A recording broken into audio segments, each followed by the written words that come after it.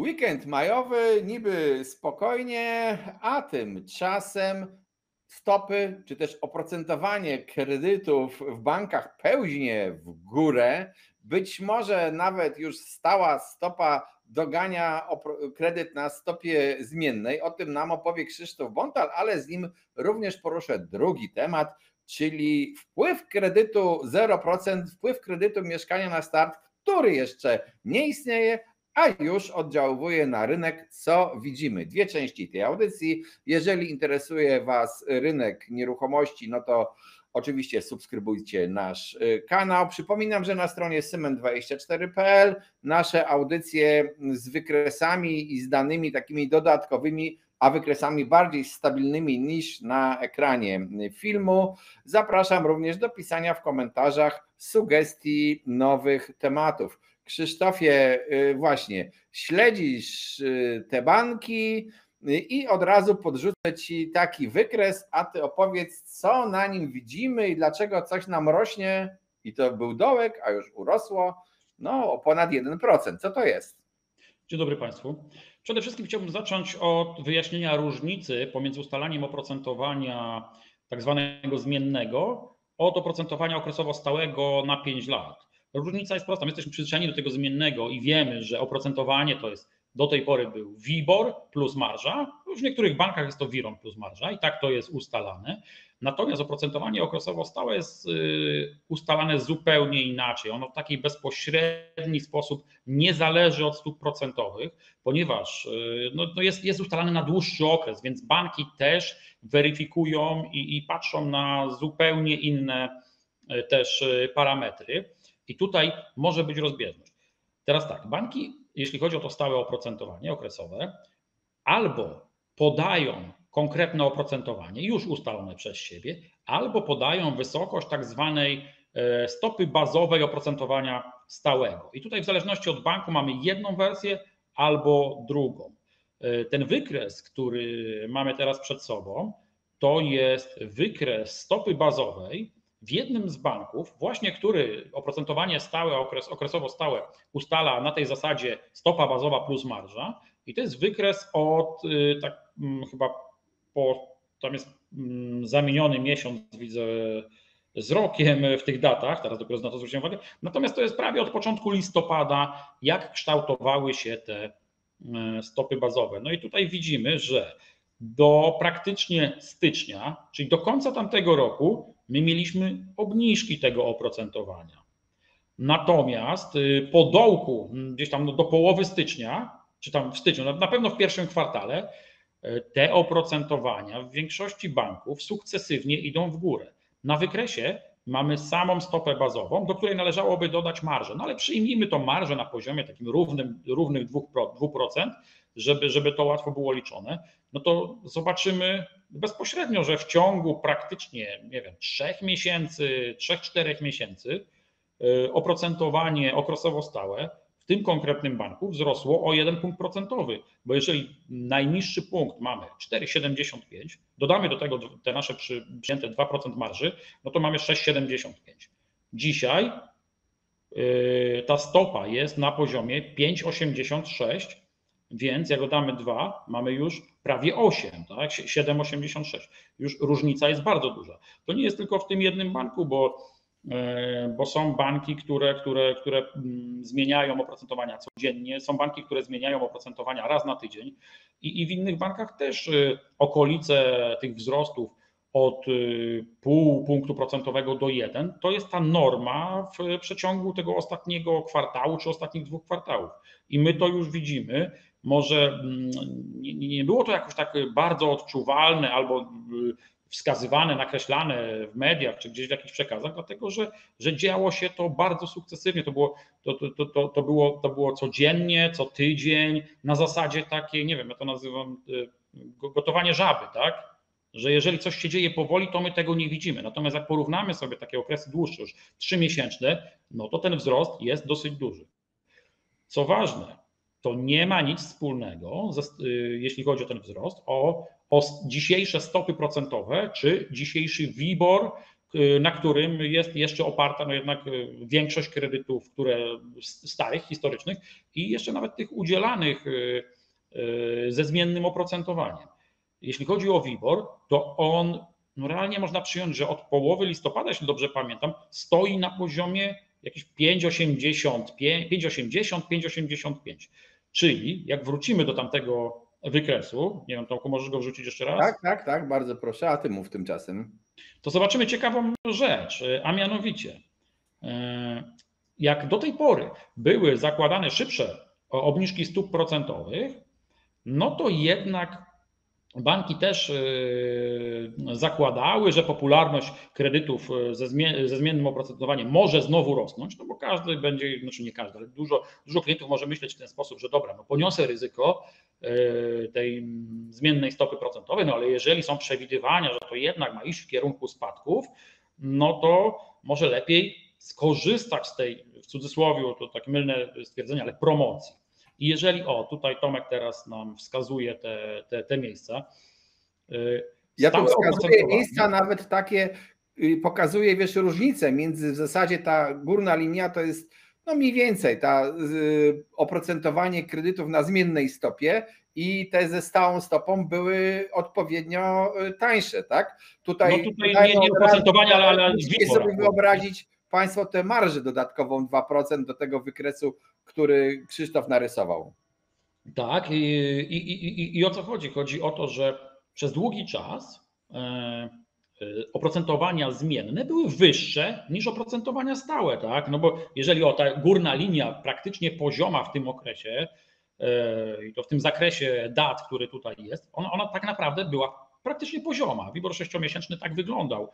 Te 5,85 to akurat dzisiaj jest taki nawet ciekawy zbieg okoliczności, że w tym konkretnym banku i WIBOR 6-miesięczny i stała stopa procentowa, na której oparte są te oprocentowania okresowo stałe, wynosi praktycznie dokładnie tyle samo, czyli te 5,86 to jest niewielka różnica.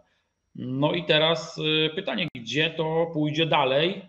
No jeszcze nie wiemy, czy to jest chwilowy taki, nie wiem, kwartalne odbicie, czy nie. No ja nie zakładam, że to będą jakieś duże wzrosty, ale czy to jest koniec, czy my teraz będziemy mieli stabilizację? No kto to wie, tak? Ja zakładam, słuchaj, że to może tak być, nie musi, ale może być, bo pokazywanie, że stałe kredytów na stałej stopie, na stałym oprocentowaniu rośnie de facto, jest podnoszone i wyrównane w tej chwili z tym zmiennym, to może wskazywać na to, że banki sobie pomyślały, no dobrze, to my teraz przez 5 lat nie będziemy dawali tak tanich kredytów, jak dawaliśmy jeszcze 4 miesiące temu, bo być może te stopy procentowe będą spadać wolniej niż zakładaliśmy, może jeszcze wręcz urosną, więc my się już do tego szykujemy, no bo pamiętajmy, że to bank musi, oferując taki produkt, no troszeczkę rozważać i zastanawiać się, co będzie w przyszłości. Jeżeli wszystkie banki, bo to ten wykres jest dla jakiegoś jednego banku, ale on reprezentuje w zasadzie, jest taki poglądowy dla wszystkich banków. Jeżeli wszystkie banki myślą i podnoszą to stałe oprocentowanie, no to coś na rzeczy jest chyba, tak czy nie? Znaczy to nie jest dla wszystkich, ale można przyjąć, że dla większości, że taki jest trend dzisiaj, bo to też raz, że my teraz mówimy o oprocentowaniu, ale w tych ostatnich miesiącach, czy tam w ostatnim roku też delikatnie i marże w niektórych bankach wzrosły. No, może nie są jakieś ogromne różnice, no ale to jest 1/10, 15 setnych, gdzieś to jest wciśnięte. Bardziej to jest spotykane w tych momentach, kiedy stopy procentowe spadają. Jak spadają stopy procentowe, to banki trochę podnoszą tą marżę, no bo dużo niższa stopa procentowa plus trochę wyższa marża, to oprocentowanie jest i tak niższe. Taki psychologia, marketing po prostu, tak? Tak to działa. Mieliśmy to doskonały przykład w tym okresie takim pandemicznym, kiedy stopy procentowe sztucznie zostały obniżone o tych 0,2, no gdzieś marże 2,5 do 3 to były całkiem normalne marże, to nie było jakieś coś niesamowitego, a wynikało to z tego, że to jest moje zdanie, ale myślę, że się nie mylę zbytnio, że łatwiej nam i tak było przyjąć to oprocentowanie na poziomie tam 3%, tak, sumaryczne. I dlatego, No dlatego tak, to było wykorzystywane. ale Teraz potem zmienna stopa procentowa rośnie, a marża zostaje ta wysoka. Na to też trzeba zwrócić uwagę, że ta marża to cię dokładnie. wiąże przez jakiś, no może nawet przez jakiś okres albo przez cały czas kredytu, prawda? Tak, tak. Natomiast tutaj zwróciłbym jeszcze uwagę na, jeżeli tak przeskoczyliśmy trochę na to zmienne oprocentowanie, to, że no na rynku są tam ze 2 banki, które już wprowadziły WIRON zamiast WIBOR-u. Tak? I z tego powodu, że WIRON jest jednak niższy od WIBOR-u, to żeby te oprocentowania, no nie wiem, znowu sumarycznie były na poziomie jakimś tam średnim rynkowym, czy powiedzmy rynkowym, to co zrobiono? No zwiększono marżę. Ja się tego spodziewałem od samego początku z prostego powodu. Jeżeli teraz marże zostałyby na tym poziomie, które były przy WIBOR-ze, a zmniejszamy WIRON, no to mamy eksodus między bankami, tak? Ucieczka z tych banków WIBOR-owych do tych, gdzie był WIRON, no bo efektywnie klient miałby mniejsze oprocentowanie. Ja nie wierzyłem, że banki sobie takie kuku zrobią nawzajem, więc to chyba sensowniejsze było, że to się wyrówna po prostu. No Że, uważaj, musisz Krzysztof uważać, bo tu żeś no, niemalże oskarżył banki o zmowę i działanie na nie, szkodę ale wiesz, o co mi konsumentów. chodzi. To nawet nie, że działanie, tylko że to nawet nie wiem, czy to by nie zachwiało rynkiem jakoś, tak? Wiesz, zabieranie z jednego do drugiego, no to absolutnie nie zmowa, nie jakieś tam monopole, czy konsorcja, tworzenie, absolutnie, to nie o tym myślałem, ale po prostu ten kierunek był najprostszy. To tak samo jak mamy w ogóle przecież przy samej zamianie WIBOR-u na cokolwiek, co będzie, bo ja powiedziałem o tym WIRONie, który miał być, którym ja się sam nawet zajmowałem i go chyba nie będzie. Jest poszukiwany inny wskaźnik referencyjny. Czas teoretycznie na zamianę mamy do końca 2027 roku, co i tak zostało już przesunięte z końca 2025, ale na razie nie wiemy. Więc dlaczego chodziło mi o to, że zostanie ten balans zachowany, czyli jakiś poziom? No bo przy zamianie wskaźników też ma to miejsce. Czyli jeżeli wskaźnik WIBOR zostałby zamieniony na wskaźnik WIRON, zostańmy przy nim, że on miał być, to znowu marże by spadły, przepraszam, marże by zostały, czyli oprocentowania by spadły, no bo jedna z 2 części oprocentowania poszła w dół. Natomiast taka zmiana ma być, nie wiem, taka zerobilansowa, czyli nikt ma nie zyskać, w cudzysłowie nikt nie ma stracić, dlatego do tego oprocentowania dodawany jest tak zwany spread korygujący, żeby ostatecznie oprocentowanie wyszło na tym podobnym poziomie, żeby właśnie nie było takich wahań. I tutaj bardziej to było moim celem niż sugerowanie jakichkolwiek zmowy, bo nie o to mi chodziło. Aczkolwiek no, banki też stosują marketing, wiedzą, psychologia, marketing, no, jak w każdej firmie, więc to działa. Zobaczymy, jak to będzie. No, dzisiaj doszliśmy do takiej sytuacji, gdzie no myślę, kilka osób jednak zastanowi się podczas brania kredytu, jaką stopę wybrać, trochę dłużej się zastanowi. O, Bo tak uważaj. Teraz chciałbym przejść do drugiego tematu zapowiadanego, płynnie nawiązać do tego, co powiedziałeś i pamiętaj o tym, o czym zacząłeś mówić, ale przejdziemy. Krótkie podsumowanie zeszłego roku, rekordy banków dzięki pomocy od państwa w postaci dopłat do kredytu Bezpieczny Kredyt 2%. Zanim ten kredyt wszedł, banki płakały, że w ogóle nikt nie bierze kredytów i rozpacz, ale ich zyski zostały uratowane. Natomiast program został wygaszony, podbił ten bezpieczny kredyt ceny mieszkań. Teraz jest zapowiedź podkreślam, dopiero wejścia tego kredytu 0%, czy tam pseudo 0%, zwanego też mieszkaniem na start. I właśnie ja już widzę, nie tylko u siebie, ty mi opowiadałeś, inni znajomi mi opowiadali z wielu miast, którzy pracują z klientami, którzy kupują nieruchomości. Zachowanie polegające na tym: dzisiaj zaklepuję sobie poprzez umowę przedwstępną jakąś nieruchomość na rynku wtórnym i podpisuję ją z długim terminem i liczę na to, że później wezmę kredyt ten z dopłatą, a jak go nie będzie, no to kupię na tym zwykłym kredycie bez tej dopłaty, bo teoretycznie mnie stać, dopóki te stopy procentowe jeszcze bardzo nie urosną. I to już zaczyna być takie działanie chyba, które pokazuje, że ludzie, którzy się nauczyli na bezpiecznym kredycie, że warto było wcześniej pójść, Dzisiaj po kredyt zaklepać sobie mieszkanie przed wejściem programu w życie. Dzisiaj znowu panika. Czy to się może powtórzyć i jak ty w ogóle to oceniasz? Co się dzieje z twojej perspektywy właśnie osoby pracującej przy kredytach, a nie przy nieruchomościach? Paniki jeszcze nie ma, tak?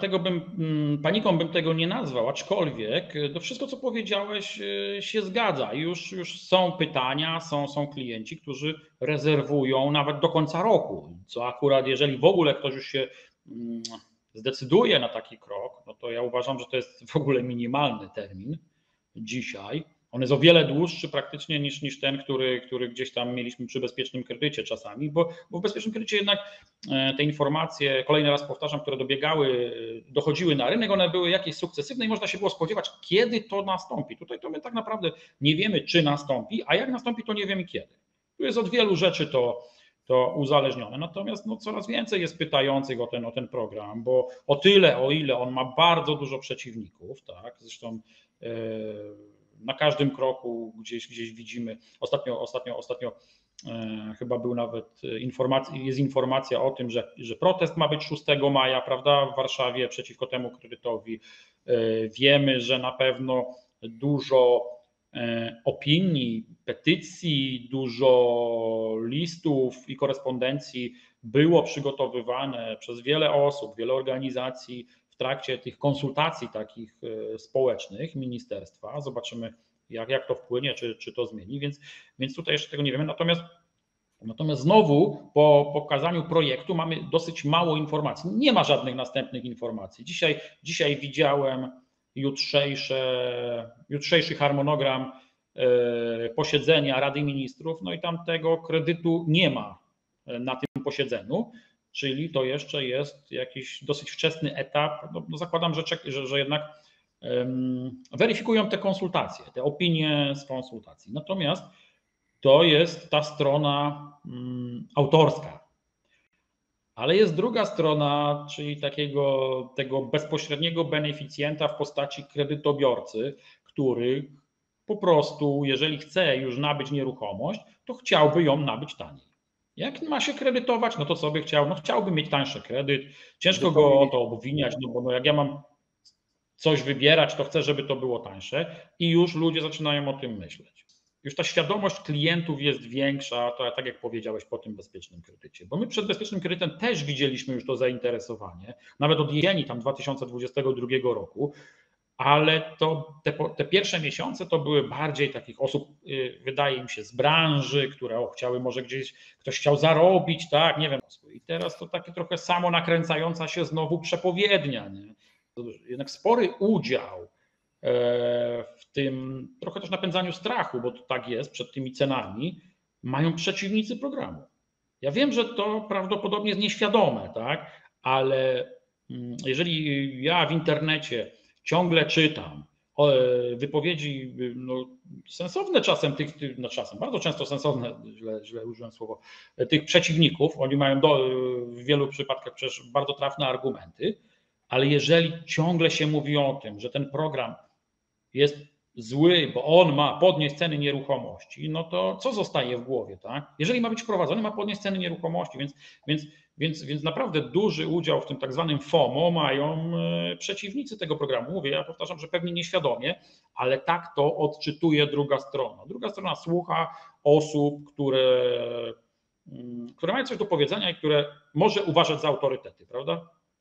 I tak. W ogóle plotka ma zawsze wielką siłę sprawczą i o rozwoju gospodarki najbardziej decydują przekonania ludzi. Jeżeli ludzie wierzą, że coś podrożeje, to zachowują się tak, jakby to miało podrożeć, no i sami potem powodują, że to coś drożeje. To dokładnie jest ten mechanizm. Ja powiem, nie dziwię się ludziom, którzy mogą dostać dopłaty i chcą skorzystać z tańszego kredytu, zwłaszcza, że ten kredyt mieszkanie na start stawia na trochę inną grupę, czyli wyklucza pewnych beneficjentów bezpiecznego kredytu na start, szczególnie singli w dużych miastach, w większych miastach, a jednocześnie daje szansę tym, którzy już mają mieszkanie, bo to de facto nie jest kredyt na pierwsze mieszkanie. Zostawmy w tej chwili mieszkanie start, bośmy o nim wiele mówili, o tym programie i tak naprawdę teraz o jego założeniach przedstawialiśmy w kilku audycjach. Linki macie Państwo na dole.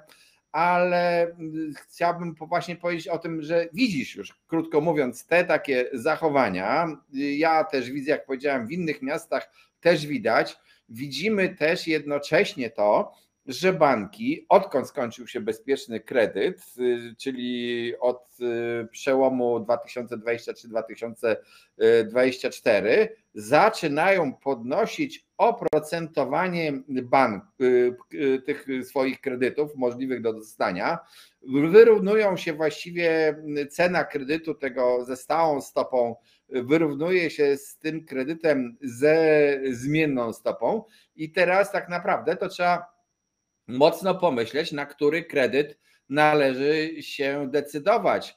I według mnie ten ruch banków, podnoszenie tej stałej stopy, to jest jednak, dla mnie sugeruje to, że banki nie są przekonane, że stopy kredytowe, że inflacja, że to wszystko będzie szybko spadało, bo gdyby były przekonane, no to by nie musiały tak bardzo podnosić tych stóp, a nawet by była reakcja ze strony kredytobiorców, którzy by mieli inne przekonanie i wtedy nie decydowaliby się na tak wysokie stopy, bo ta stopa zmienna jest trochę ryzykiem, ale jednocześnie może ona być, no cóż, gdyby miały nagle spadać stopy, to dzisiaj bym nie brał na stałej stopie. Ale proszę tego nie traktować jako porady mojej, drodzy słuchacze. Co ty sądzisz o tym? No oczywiście zmienna stopa jest kusząca, jeżeli są przewidywania. Ktoś zakłada, że te stopy, zmienne oprocentowanie jest kuszące, jeżeli te stopy miałyby spadać, ale to jest założenie tylko i wyłącznie. I to, co my teraz, o czym my dzisiaj rozmawiamy, to pokazuje, że to jednak nie jest takie pewne. Tak? Bo bierzmy pod uwagę, że wysyp stałego oprocentowania, kredytów ze stałym oprocentowaniem był w momencie, kiedy stopy rosły. Żeby zablokować sobie oprocentowanie przed dalszymi wzrostami, ludzie wybierali stałe oprocentowanie, wręcz uciekali od tego zmiennego, no bo to zmienne oprocentowanie jest przyczyną wakacji kredytowych, kłopotów ze spłatami, jeżeli występują, prawda? To my z tego powodu to mamy. Zresztą ja jestem akurat zwolennikiem stałej stopy procentowej, będę powtarzał jak mantrę milion razy, może nie wprowadzanej na górce, ale jednak jestem zwolennikiem jej. I tutaj mamy teraz taki problem, bo jak ktoś ma dzisiaj wziąć ten kredyt standardowy, to czy on ma wziąć właśnie ze zmienną stopą, czy oprocentowanie jednak stałe? No i nie ma dobrej odpowiedzi, bo te 3 ostatnie miesiące pokazuje, że to, co my sobie zakładaliśmy, to może jeszcze się, po pierwsze, w ogóle może się nie sprawdzić, a po drugie, może się sprawdzić w innej perspektywie czasowej. I teraz, jeżeli my mieliśmy to oprocentowanie wcześniej stałe, no a jednak niższym poziomie niż zmienne, no to nas na końcu tego 5-letniego jego okresu będzie interesowało, ile ja czasu, że tak powiem, przepłacałem w stosunku do zmiennego, a jak jeżeli długo przepłacałem. Jeżeli, oczywiście, tak, dlatego mówię o tym bilansie, bo to może być zero, prawda? Już dzisiaj wiadomo, że nie wiem, no pół roku temu to było założenie, że dobra, będą stopy spadały, za tym będzie też rynek szedł, świat się nie będzie zmieniał, prawda? Inflację mniej więcej wiemy, jak przynajmniej w ostatnich miesiącach to idzie, tak? Nawet jeżeli by teraz jeszcze miała trochę wzrosnąć, no to nikt nie zakłada, że to będą kosmiczne wzrosty. No przynajmniej taki mamy czas. I już były założenia, już były rozważania. Część osób brała zmienne stopy procentowe, część osób nie chciała blokować tych stałych. Natomiast no, to jest bardzo trudne, bo pytanie, czy teraz one się zrównają i na przykład stałe będzie dużo wyższe od zmiennego, nie wiem, za rok, 2, za 3, za 4, za 5, jeżeli w ogóle, tak? Bo dzisiaj mamy mniej więcej to zrównanie. No tego tak naprawdę nikt nie wie.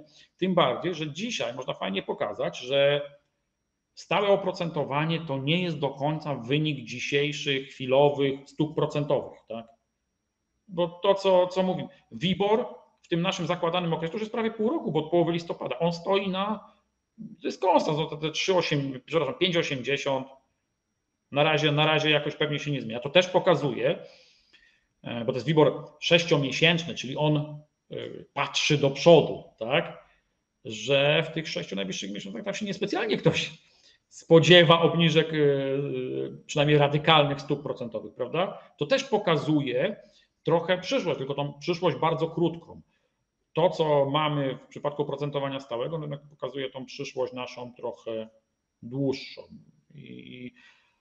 No i każdy musi zrobić jakieś założenie. Ja kolejny raz powtórzę, że stała stopa ma pewien plus, bardzo duży.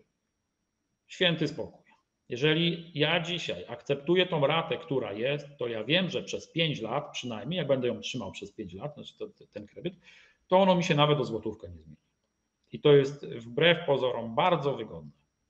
Znaczy, ja wszystkich przepraszam, którzy liczą na to, że my podamy, ile będzie wynosiło dokładnie co do punktu do 1/100 oprocentowanie za 3 lata, ale jeżeli oczekujecie takich wiadomości, to musicie iść do wróżki, a my nie mamy szklanej kuli i możemy patrzeć tylko na to, co jest w tej chwili w gospodarce, a sytuacja w gospodarce w ogóle nie jest, tak szczerze mówiąc, najlepsza. To też i to ciągle się balansuje na granicy, co innego się dzieje w Europie, co innego trochę w Polsce, ale Polska jest z tą Europą związana. Widzimy różne zachowanie rynków nieruchomości, ale pracy, produkcji przemysłowej, różnych tych rzeczy. Wiele czynników typu wojna, nie wiem, Bliski Wschód i albo ten Bliższy Wschód jeszcze, czyli Ukraina. Różne warianty mogą być i stąd jest też taka troszeczkę niepewność, która nam nadal towarzyszy i faktycznie ja się tutaj zgadzam z Krzysztofem, że stała stopa procentowa, no to po prostu wiesz ile płacisz, ale możesz potem mieć zgrzyt i smutek, że przepłaciłeś, albo radość, że zarobiłeś i decyzja tak naprawdę to chyba należy do państwa. Tych wszystkich natomiast, którzy zawierają te takie umowy przedwstępne z tym długim okresem realizacji, no to oni faktycznie są nauczeni tym strachem i tymi efektami bezpiecznego kredytu i podwyżkami cen, ale może też jeżeli jesteście kupującym, to zastanówcie się, dlaczego sprzedający akceptuje umowę przedwstępną z terminem jej realizacji umowy ostatecznej na koniec tego roku albo nawet na pierwszy kwartał 2025 roku. Czy jeżeli ktoś widzi, że jego nieruchomość jest łatwo sprzedawalna, to on by akceptował klienta, który mu zapłaci dopiero za rok albo nie zapłaci, nigdy nie wiadomo. I to jest taka moja przestroga dla Was. No dobrze, Krzysztofie, masz coś do dodania do tej mojej przestrogi? Czy może nie do samej przestrogi, natomiast do bardzo takiej przyziemnej rzeczy, że my mówimy, co się dzieje z kredytami, co się dzieje z oprocentowaniami, ale jaki to ma taki główny i duży też wpływ na klienta. No przede wszystkim to, że ten 1 punkt procentowy różnicy przy tych dzisiejszych poziomach oprocentowania, przy kredytach na 25 lat, w ratach równych, to jest jakieś 10% wyższa rata, czyli jakieś tam 60-70 zł więcej na racie niż przy tych najniższych oprocentowaniach, które mi widzieliśmy. I żeby było jasne, Ale od 100 pamiętajmy. Od 100 tysięcy kredytów chciałeś A powiedzieć. tak, oczywiście, na każde 100 tysięcy kredytu, tak, zapomniałem No więc dodać. właśnie. To jest dobrze czuwasz, bo to bardzo istotne. Natomiast trzeba też brać pod uwagę, że to może skutkować gorszą zdolnością kredytową. W przypadku kredytów o stałym oprocentowaniu, dlatego że nasza zdolność to jest zdolność do spłaty określonej raty. Jeżeli ona jest wyższa, to nasza zdolność może minimalnie spadać. No, jest inflacja, są podobno podwyżki płac, zwłaszcza te gusowskie, jakieś legendarne płace, które średnio nie istnieją tak naprawdę. Mediana jest dużo niższa, więc teoretycznie nas powinno stać na większy kredyt, bo rosną nasze zarobki. Zawsze to się jakby zmienia jedno z drugim, no ale jeżeli również urosną ceny mieszkań, to w ogóle zostanie to jak gdyby skonsumowane, bo będziecie drożej płacić na tańszym kredycie, drożej płacić za mieszkanie. Państwa zostawiamy z tym rozmyślaniem. Zachęcam do subskrybowania kanału, do wchodzenia na stronę cement24.pl, gdzie znajdziecie te audycje z większą ilością danych, wykresów, a także szkolenia o obrocie nieruchomościami. Zachęcam do pisania nam komentarzy, sugestii nowych audycji oraz dzielenia się poglądami o rynku nieruchomości, bo wasze te opinie i wasze opinie o rynku w ogóle są bardzo, bardzo ciekawe. Cześć, trzymajcie się. Dziękuję bardzo.